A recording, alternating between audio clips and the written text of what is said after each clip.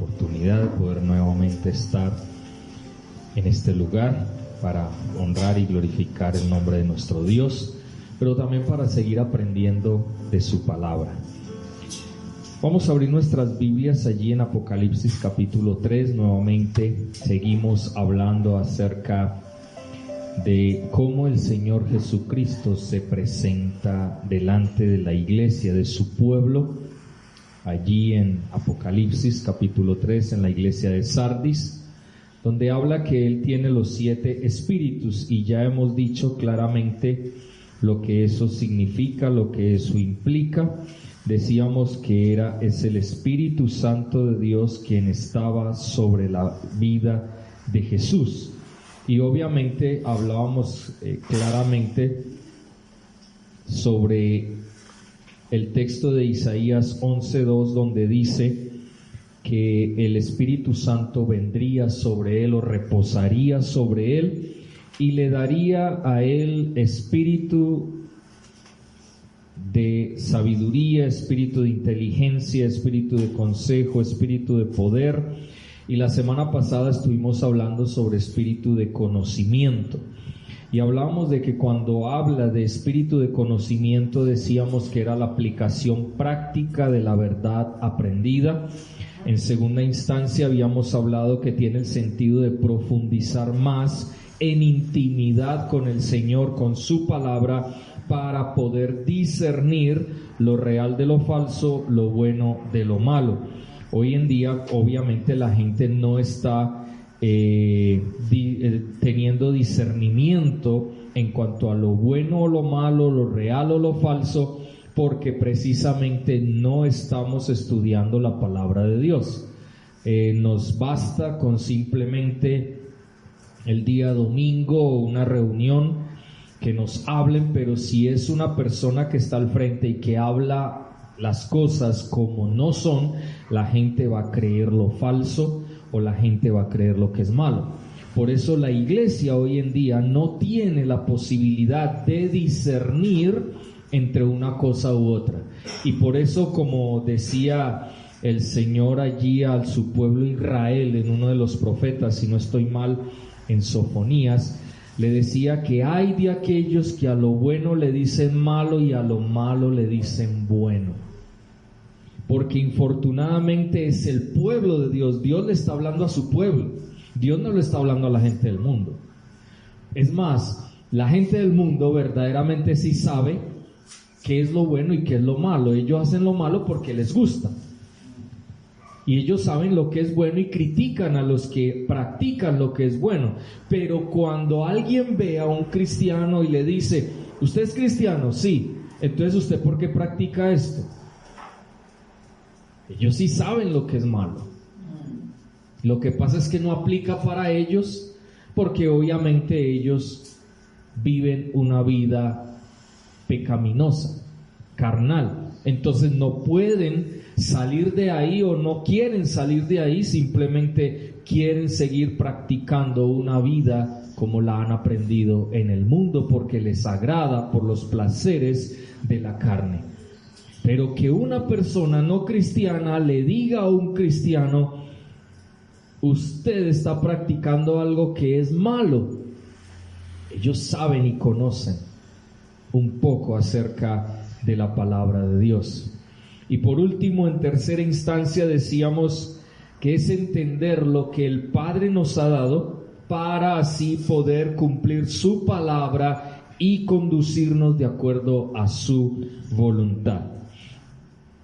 Hoy vamos a ver entonces lo último que habla precisamente Isaías 11:2, cuando hablaba acerca de los 7 espíritus, o sea, del Espíritu Santo. Y vamos ahí a Isaías 11:2. Y reposará sobre él el Espíritu de Jehová, es decir, el Espíritu de Dios. Y el Espíritu de Dios que reposa, esa persona que está en Jesús, dará sabiduría, inteligencia, consejo, poder, conocimiento, pero también temor de Dios o temor de Jehová. Cuando uno ve esto, uno dice, bueno, pero ¿qué significa que también el Señor Jesucristo recibe el Espíritu Santo y que ese Espíritu de Dios le dé temor hacia el mismo Dios? Cuando nosotros hablamos de esto, estamos hablando directamente de esa reverencia, de ese respeto, de esa honra a Dios mismo, a su persona y sus obras. Y vamos a mirar Marcos, Evangelio según San Marcos, capítulo 14, versículos 35 y 36. Dice, yéndose un poco adelante, se postró en tierra y oró que si fuese posible pasase de él aquella hora. Y decía, Abba, Padre, todas las cosas son posibles para ti.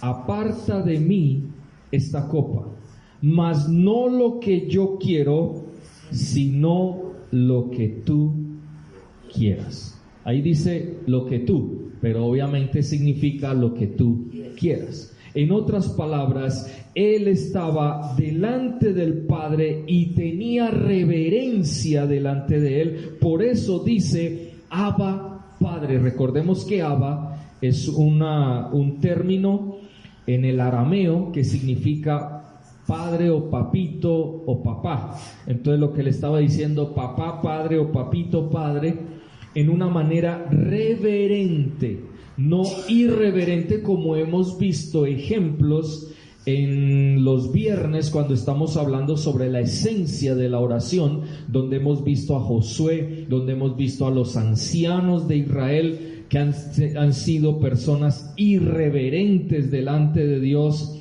exigiéndole explicaciones de por qué el Señor obra como obra.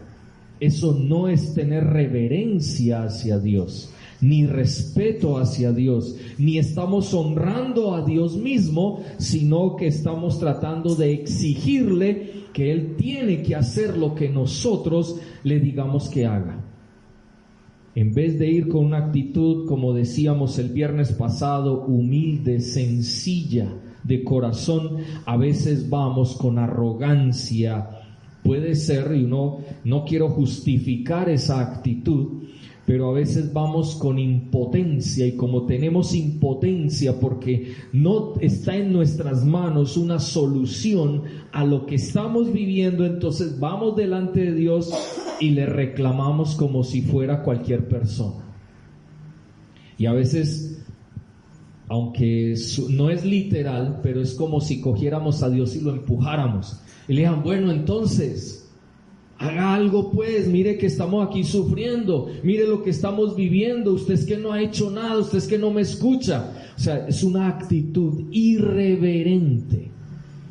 Y aquí Jesús, estando en un momento de angustia, porque mire lo que dice el 34, y les dijo, mi alma está muy triste hasta la muerte. O sea, tenía una situación difícil, un momento complicado, y sin embargo, cuando se acerca a su Padre, lo hace con reverencia, lo hace con amor, lo hace con respeto, honrando su nombre, diciéndole Abba, Padre. Pero también teniendo reverencia, amor, respeto y honra por las obras de ese Padre Celestial. Por eso dice, todas las cosas son posibles para ti. Ahí no hay arrogancia, ahí es humildad, sencillez. Le está diciendo al Señor, Señor, yo reconozco tus obras, yo sé que todo lo puedes, y por eso, si está en tu corazón, si tienes misericordia, pasa de mí esta copa. Sin embargo, Jesús mismo reconoce que no es como Él quiera, sino como el Padre quiere. ¿Hacemos nosotros ese tipo de oración al Señor? No.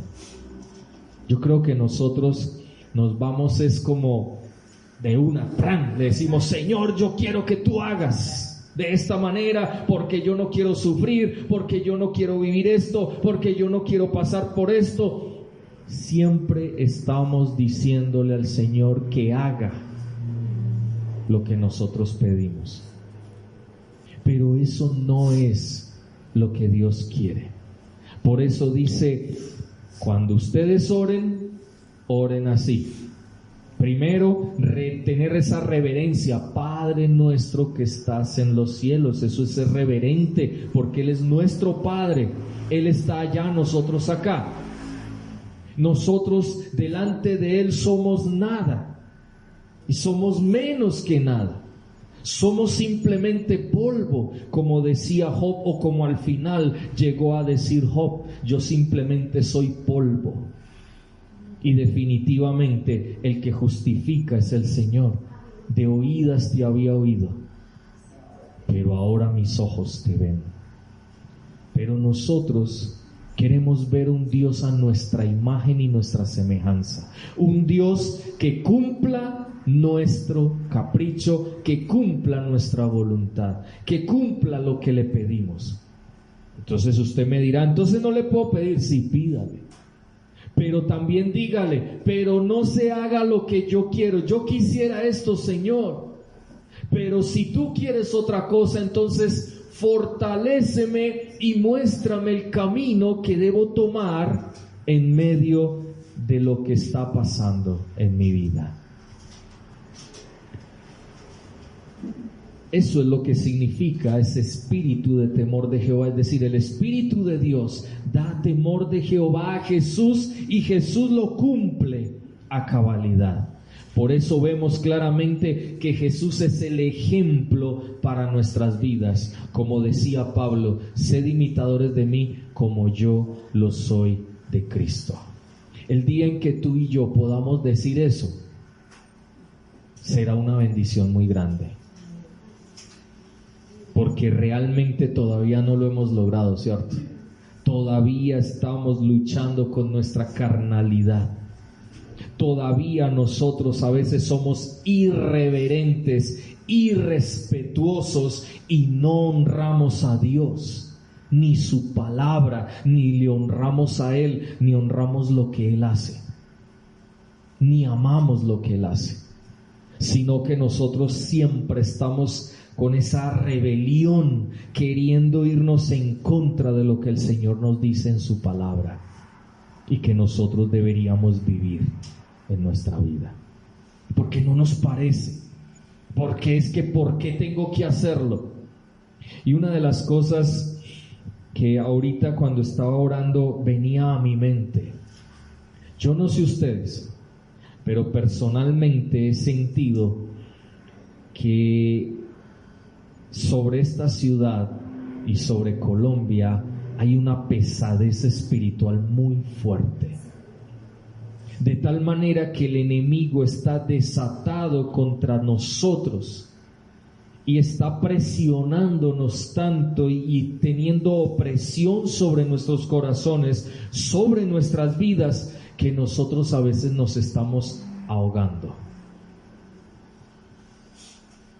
Y a veces de pronto nos estamos hasta contaminando con el mundo sin darnos cuenta. Sí, es verdad que el problema económico, todo lo que estamos viviendo, pero espiritualmente todo eso viene desde la espiritualidad. Porque realmente nuestro país y nuestra ciudad está siendo tomada de una manera muy fuerte por el enemigo con el pecado. Y nosotros hemos tenido y vemos diariamente por donde pasamos, por donde vamos. Uno ya no sabe ni para dónde mirar. Mujeres ya no se visten, se desvisten. Hombre con hombre, mujer con mujer, besándose, agarrados de la mano. Por donde uno pase, huele a hierba, pero no de esa, de la que hay por ahí que cortan el prado, no. Exactamente. De esa que causa malestar, que lo marea a uno, que uno se siente mal por donde uno voltea. En casas, en apartamentos, en todo lugar, encuentra uno todo ese tipo de drogas. Ve uno gente borracha, niños creyéndose mujeres, niñas creyéndose hombres. Es decir, estamos viviendo una época muy difícil y muy dura. Por eso es tan importante este texto donde Jesús está diciendo: el Espíritu de Dios está sobre mí. En otras palabras, el que tiene los 7 Espíritus de Dios.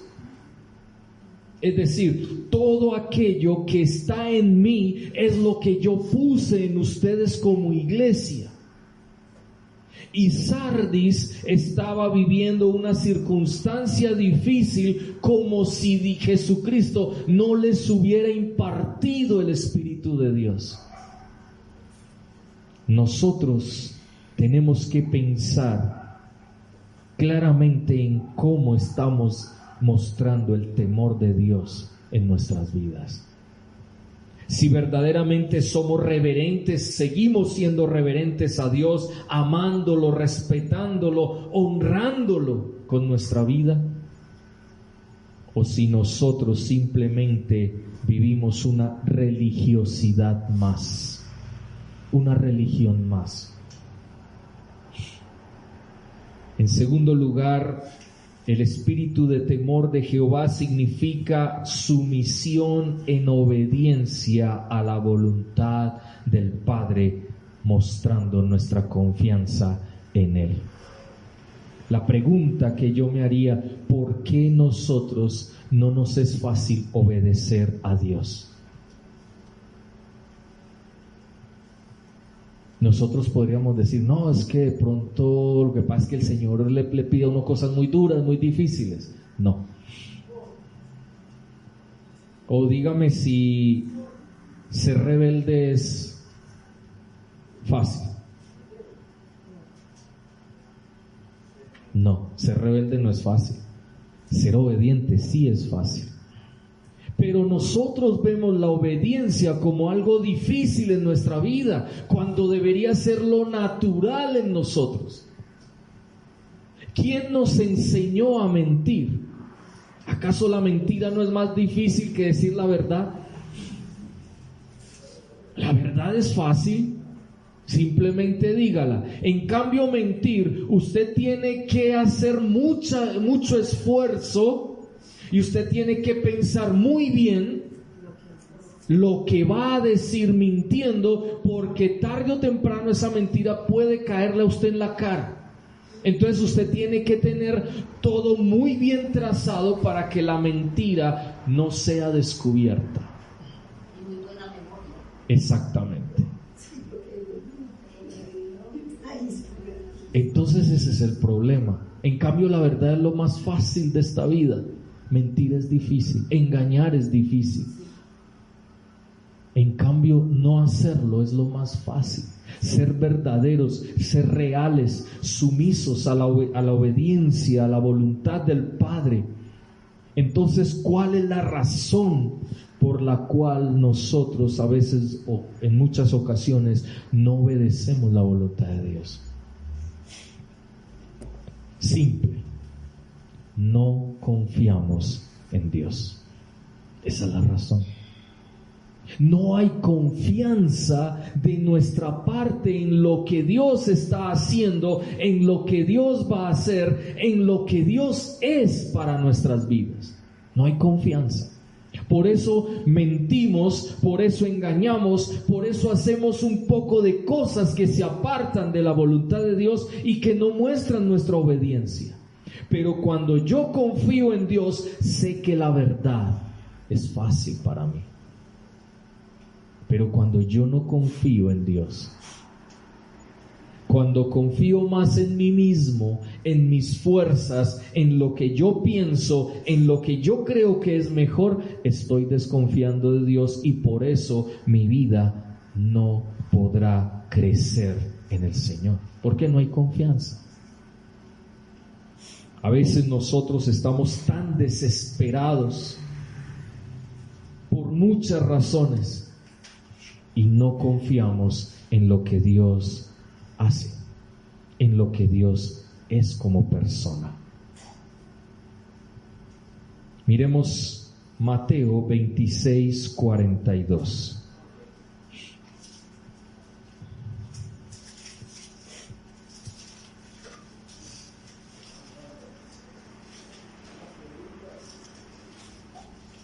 Y es la misma oración, pero en otro texto. Dice: otra vez fue y oró por segunda vez diciendo: Padre mío, si no puede pasar de mí esta copa sin que yo la beba.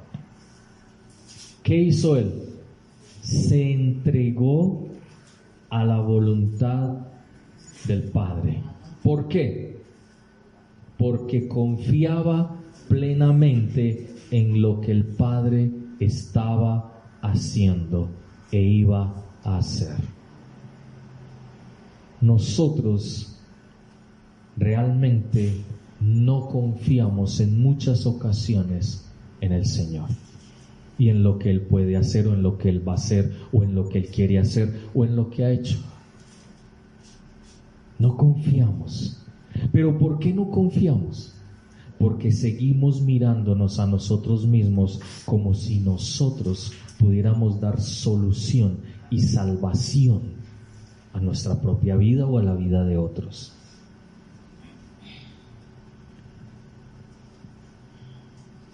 A veces, personalmente, me siento un poco, ¿cómo lo llamara?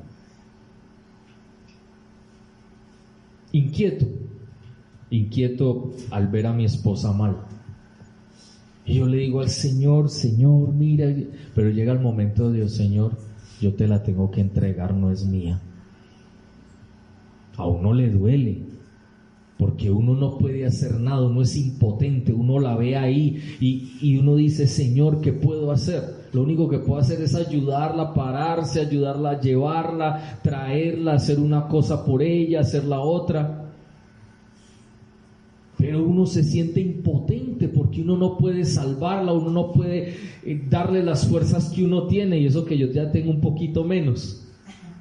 Pero darle esas fuerzas que uno tiene para que ella siga adelante y todo eso, uno no puede. Entonces, ¿qué tengo que hacer? Señor, hágase tu voluntad. Es decir, te entrego mi esposa, te entrego esta inquietud, te entrego esto, pero ten misericordia. Infortunadamente, nosotros no somos reverentes, no somos respetuosos, no honramos al Señor por quien es, como persona, por sus obras. Es decir, no mostramos nuestra confianza en el Señor. No confiamos en que Dios está haciendo lo mejor para ella, así a mí no me parezca, así yo sufra viéndola así. Pero es que Dios está haciendo algo en ella. ¿Qué es? Puede ser que no sepa, pero Dios está haciendo algo en su vida, hasta el día en que el Señor se la lleve a su presencia. Por eso es tan importante el temor de Jehová, y el Espíritu de Dios estaba en el Señor Jesucristo y le dio temor de Jehová, es decir, temor de Dios, esa reverencia, ese respeto, ese amor, ese honrar con su vida aún en medio de la angustia, sabiendo que iba a morir, sabiendo que estaba mal en esos momentos, que estaba delante del Padre aún sudando como gotas de sangre. Él guardó su compostura y respetó a Dios y su voluntad. Amó a Dios y su voluntad. Honró a Dios y su voluntad. Reverenció y adoró a Dios su Padre y su voluntad. Es algo que para nosotros puede significar poca cosa, como puede significar demasiado. Pero yo creo que bíblicamente Jesús, que es nuestro ejemplo de vida, le estaba diciendo a Sardis: miren mi ejemplo, que yo tengo el Espíritu Santo de Dios y por eso temo a mi Padre Celestial y quiero hacer su voluntad y amo su voluntad, por difícil que ésta sea. Ahora, la pregunta que podemos hacernos es: ¿qué hace el Espíritu de Dios para que tengamos ese temor de Jehová en nuestras vidas? Y hay 8 cosas de lo que el Espíritu de Dios hace con ese temor de Jehová. En primer lugar, nos enseña desde lo más básico hasta lo más importante para nuestras vidas. Aunque lo básico también es muy importante. ¿Por qué? Mire lo que dice. 1. Nos enseña a amar a Dios. El Espíritu Santo de Dios nos enseña a amar a nuestro Padre Celestial. Mateo 22:37. ¿Qué dice Mateo 22:37?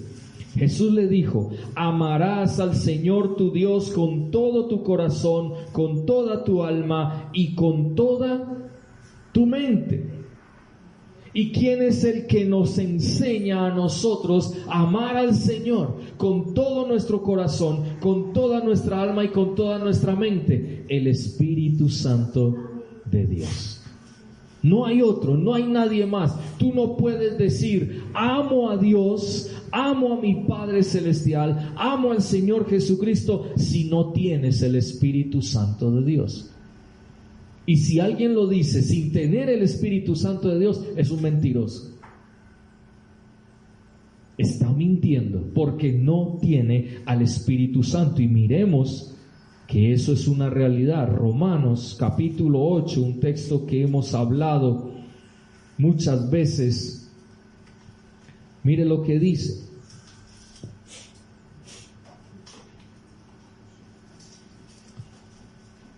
Capítulo 8, versículo 14. Porque todos los que son guiados por el Espíritu de Dios son ¿qué? Hijos de Dios. Mire cómo comienza.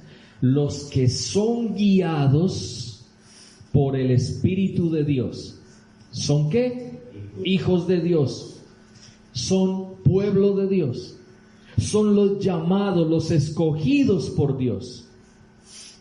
Son aquellos que tienen todo lo que hemos hablado acerca de Jesucristo, que tienen el Espíritu Santo, que tienen espíritu de sabiduría, de inteligencia, consejo, poder, conocimiento y temor de Jehová. Por eso son guiados por el Espíritu de Dios. Cuando nosotros no nos dejamos guiar por el Espíritu Santo de Dios, sino que nos guiamos por nuestros propios criterios, tenemos que preguntarnos si estamos actuando como un hijo de Dios o no.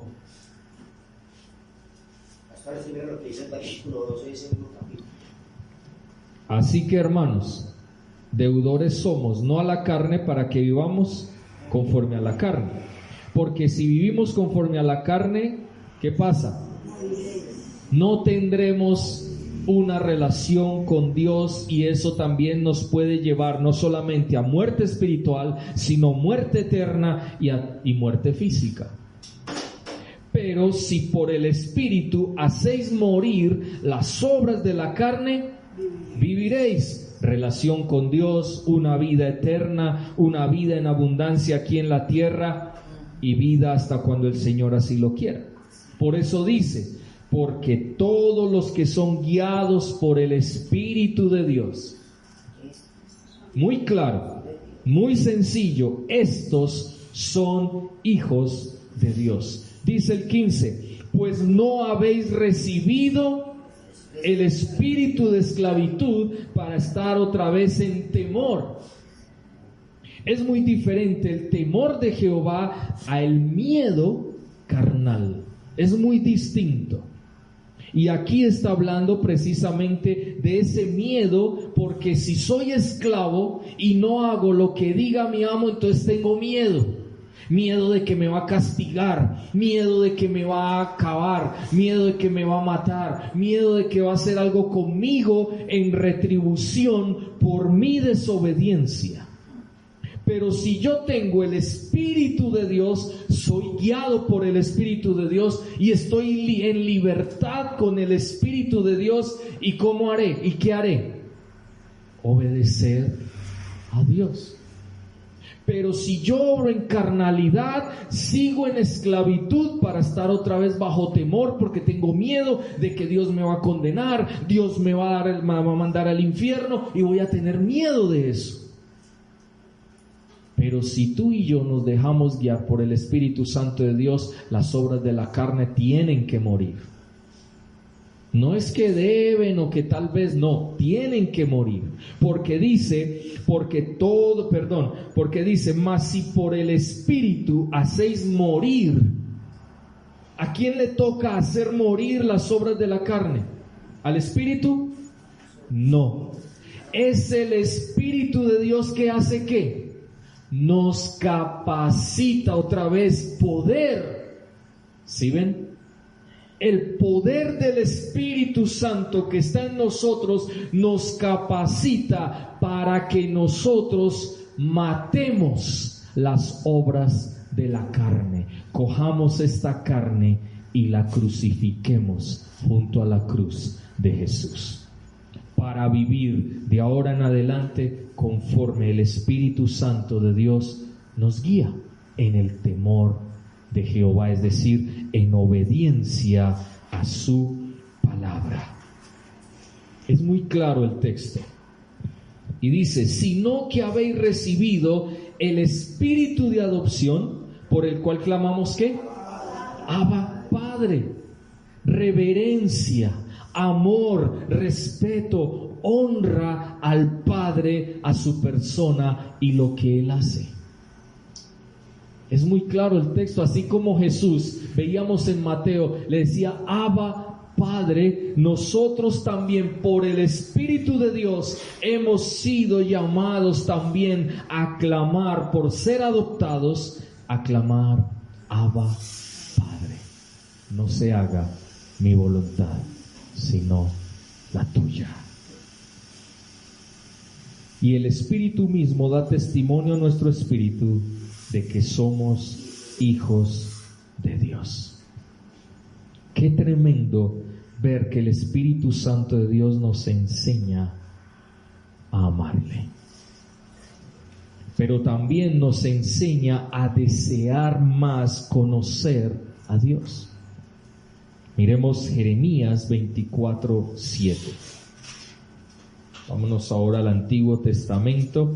Jeremías 24:7 dice, y les daré corazón para que me conozcan que yo soy Jehová, y me serán por pueblo, y yo les seré a ellos por Dios, porque se volverán a mí de todo su corazón. Esa es la voluntad de Dios, que le conozcamos. Entonces necesitamos el Espíritu Santo para que nos enseñe a desear conocer más a Dios. La pregunta es, o las dos preguntas, ¿amamos a Dios? ¿Deseamos conocerle más? Y recordemos que conocer no es simplemente adquirir conocimiento intelectual, académico de Dios, sino tener una relación cara a cara con Él, donde nuestra vida sea transformada por el poder del Espíritu Santo de Dios y de su palabra. Es puntual. 3. ¿Qué otra cosa pasa? Nos dota de adoración a Dios. Salmo número 2. Que los salmos son canciones, poesías, entonces no es capítulo sino número. Salmo número 2, versículo 11. Honrad al Hijo, para que no se enoje y perezcáis en el camino, pues se inflama de pronto su ira. Qué tremendo. Debemos honrar a Jesucristo, porque si no, el Señor se va a enojar contra nosotros y vamos a perecer en el camino.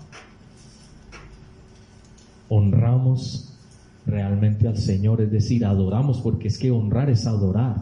Y adorar no es coger una canción suavecita y cantarla, no. Adorar significa obedecer, sacrificar mi vida por el Señor y darle todo lo que soy a Él, para que la gente vea la gloria de Dios a través de nuestras vidas. Pero también da humildad. Primera de Pedro, capítulo 5, vámonos nuevamente al Nuevo Testamento en Primera de Pedro, capítulo 5.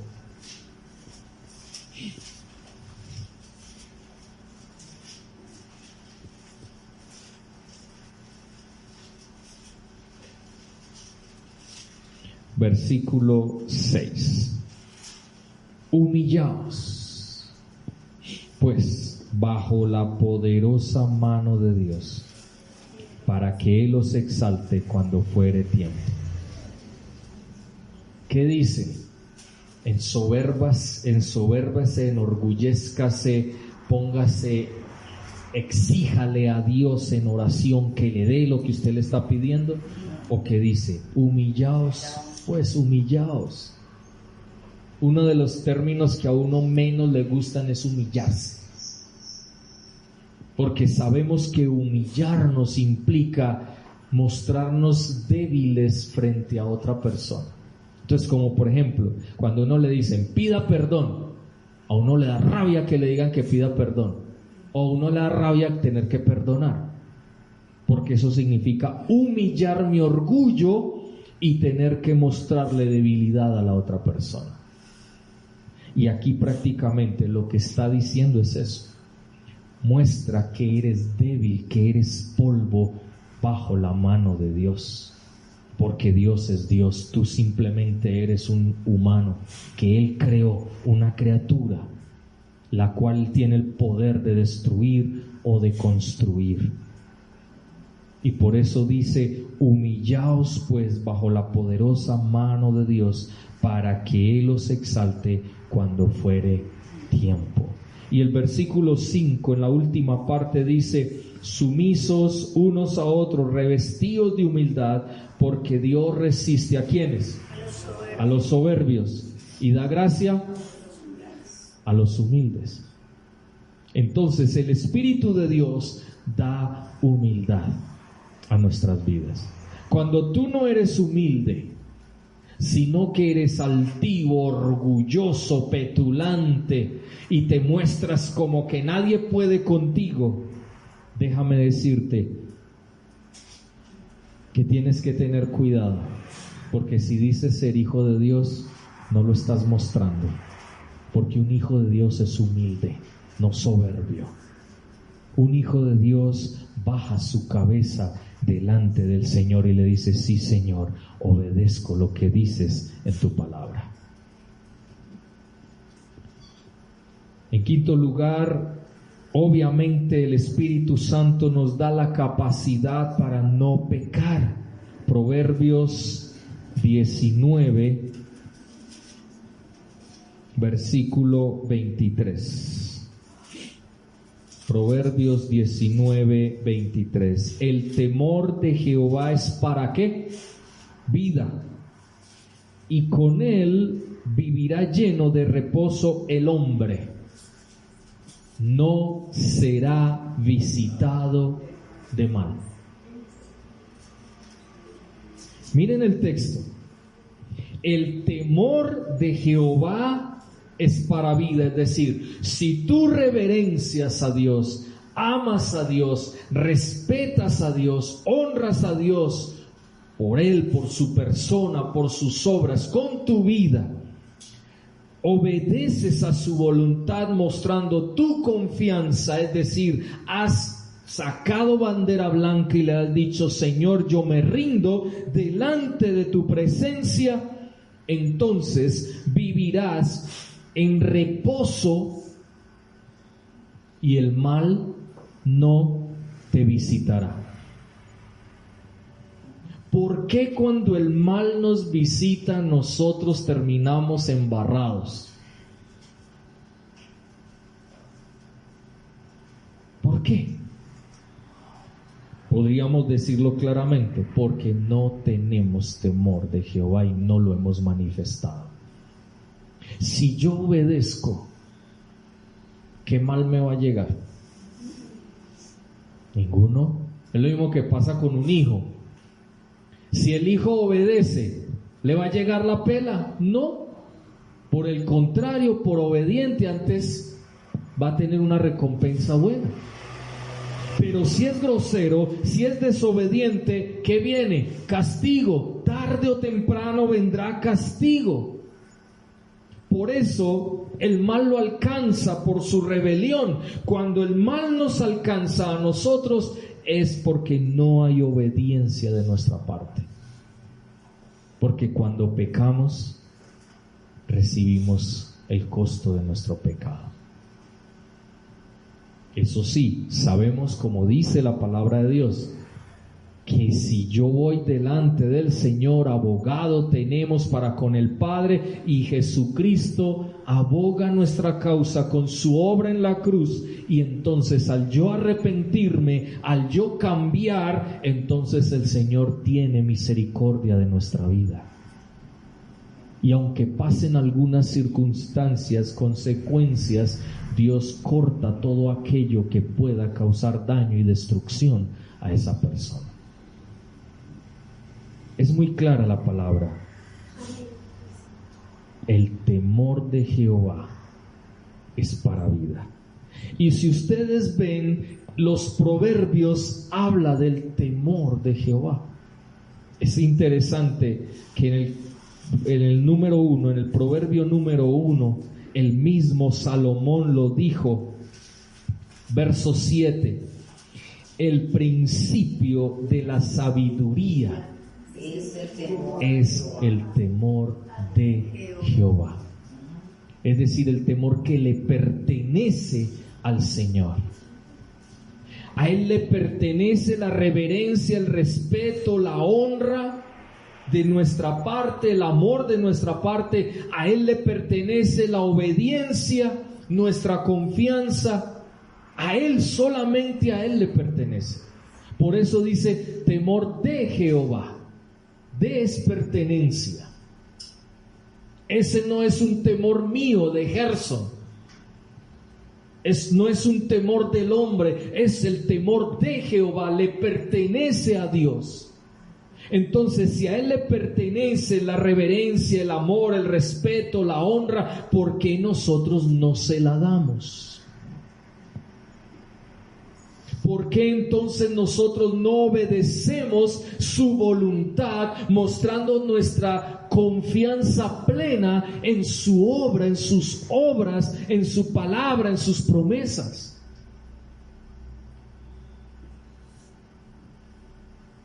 Por eso, siempre el Espíritu de Dios nos va a guiar, porque somos hijos de Dios. Si permitimos que el Espíritu de Dios nos guíe. En sexto lugar, obviamente, nos quita el miedo. El Espíritu Santo de Dios nos quita el miedo. Cuando uno piensa en esto, ¿cuántas veces hemos tenido miedos? Yo creo que en muchas ocasiones hemos tenido miedos porque hay cosas o lugares o circunstancias o problemas que, como no los sabemos manejar ni sabemos qué va a pasar en el futuro, sentimos miedo porque puede pasar una circunstancia que nosotros no quisiéramos que pasara. Pero el Espíritu Santo nos quita el miedo. Juan 14:27 dice: la paz os dejo, mi paz os doy. Yo no os la doy como el mundo la da. No se turbe vuestro corazón ni tenga miedo. En otras palabras, confía en el Señor, que Él tiene el control de todo lo que pasa a nuestro alrededor. Hoy en día, como yo les decía ahora, el enemigo quiere destruir nuestros corazones, quiere destruir nuestras vidas, quiere acabar con la iglesia de Cristo, e infortunadamente nosotros, en vez de estar en oración, clamando, pidiéndole a Dios que nos fortalezca, nosotros estamos con miedo. Miedo de que nos quiten el trabajo, miedo de que nos maten en la calle, miedo de que nos roben, miedo de que económicamente no tengamos el dinero para pagar, miedos por aquí, miedos por allá. Pero cuando nosotros confiamos en el Señor nos dice: no se turben, yo estoy con ustedes, no tengan miedo, yo he vencido al mundo. Tengan esa paz que yo doy a pesar de. Ahora usted me dirá: bueno, pero entonces no podemos sentir miedo. No, claro, uno va a tener un temor reverente también, porque hay momentos donde uno se aflige. Pero sin embargo, si ese miedo te lleva a no confiar en Dios, a no ver que Dios puede obrar de cualquier manera en esa circunstancia, en esa situación, entonces has quitado tu mirada de Él y la has puesto en ti mismo, y por eso es un miedo que no es correcto. El temor es natural en el ser humano, pero cuando Jesucristo estuvo mirando, observando que iba a morir en la cruz del Calvario, Él sintió temor. Recordemos lo que dice Hebreos capítulo 5, donde dice que por su temor reverente, no dice temor irreverente, irrespetuoso, que deshonrara a Dios. Nuestro miedo, humanamente hablando, cuando nos miramos a nosotros mismos, ese miedo que viene de nuestra carnalidad, nos lleva a ser irreverentes contra Dios y decirle: Señor, yo no quiero eso, no, yo no voy a hacer eso, y empezamos a hablarle de manera irrespetuosa por el miedo que tenemos, y en vez de honrar a Dios, deshonramos al Señor con nuestra actitud, con nuestras palabras.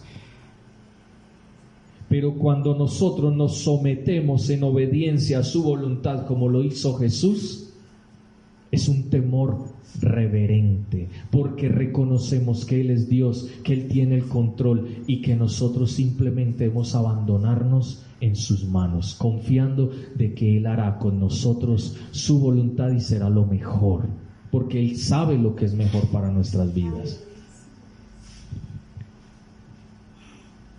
Entonces sí.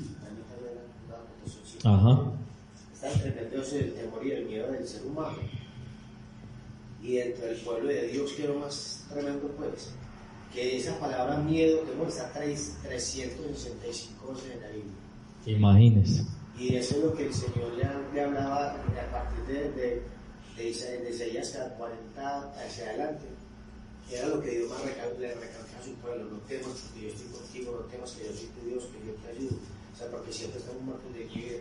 Exactamente, porque nos miramos a nosotros y vemos las circunstancias, pero no lo vemos a Él. Y cuando lo vemos a Él, tenemos un temor, pero reverente, sabiendo de que simplemente debemos abandonarnos, someternos a su voluntad, para que Él haga con nosotros lo que Él ha dispuesto. Ahí es donde está la situación.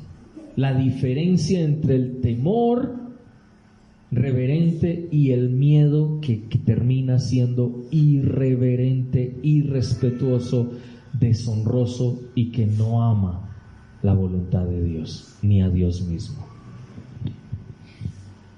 También podemos decir que es medicina. Recordemos Proverbios capítulo 3. Volvamos ahí a Proverbios. capítulo número 3, proverbio número 3, versículos 7 al 8 dice: no seas sabio en tu propia opinión, a diferencia de teme a Jehová, porque cuando dice teme a Jehová está diciendo reverencia al Señor, respeta al Señor, ama al Señor, honra al Señor con tu vida, sometiéndote a su voluntad, mostrando tu confianza en Él, y apártate del mal. Y verso 8, ¿por qué? ¿Por qué debo temer a Dios y no ser sabio en mi propia opinión? Porque es que esa es la cuestión. Somos muy sabios en nuestra propia opinión y por eso no nos ajustamos, no nos sometemos en obediencia a la voluntad del Padre, mostrando nuestra confianza, sino que mostramos desconfianza delante de Dios. Y por eso no podemos apartarnos del mal. Pero ¿por qué nos dice que temamos a Dios?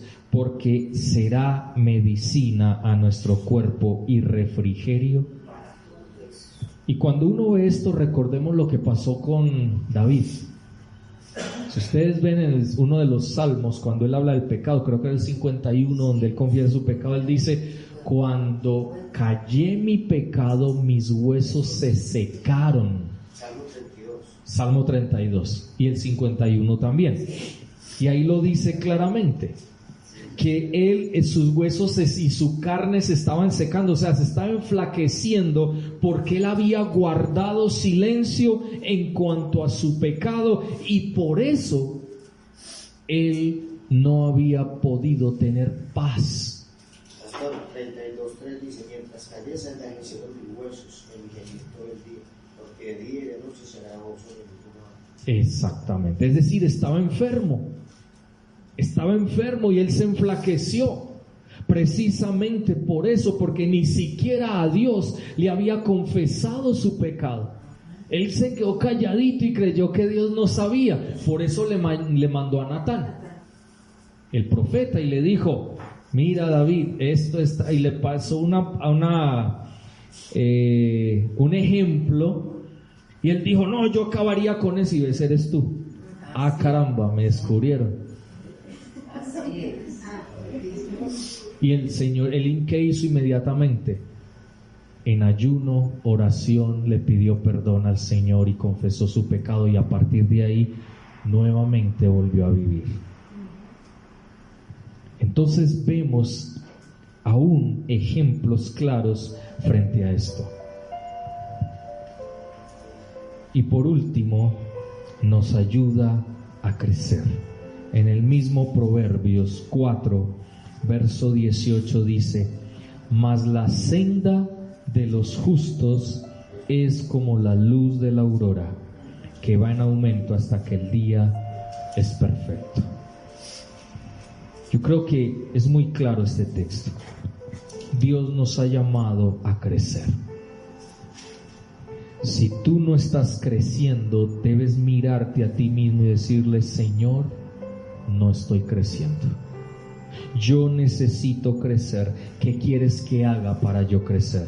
Y te aseguro que el Señor inmediatamente te va a decir: obedece mi voluntad, mostrando tu confianza en mí. Y recordemos que cuando tenemos una fe superficial, nosotros no crecemos. Pero cuando tenemos una fe profunda, el anhelo de nuestro corazón y de nuestra vida cada día es crecer más y más. Y nuestro crecimiento se da en la aplicación de las verdades aprendidas a través de la palabra de Dios. Vamos a orar en esta mañana y vamos a darle gracias a Dios por su palabra.